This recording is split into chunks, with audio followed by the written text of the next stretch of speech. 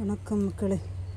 சாயங்காலம் மாடியில் இன்றைக்கி 6வது நாளாட்டு மல்லிகைப்பூ பறிக்க வந்திருக்கேன். பார்த்துருங்க, டெய்லி பறிக்க தான். ஆனால் இந்த பூ சீசனில் நிறைய மொட்டுக்கள் பூத்து இந்த தடவை நிறைய பூக்கள் கிடச்சிருக்கு.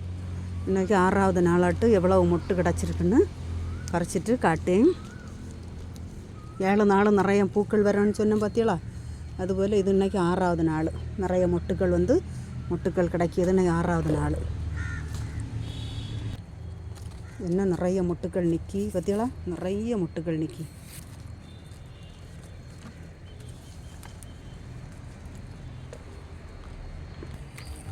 இங்கேயும் ஒரு முல்லை பாருங்க, நிறைய மொட்டுக்கள் நிற்கி பார்த்தீங்களா, நிறைய மொட்டுக்கள் நிற்கா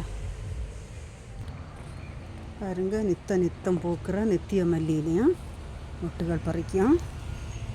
பறிச்சிட்டு இவ்வளவு மொட்டுகள் கிடச்சிருக்குன்னு காட்டி கொஞ்சோண்டு வாடாமல்லி பறிக்கும்.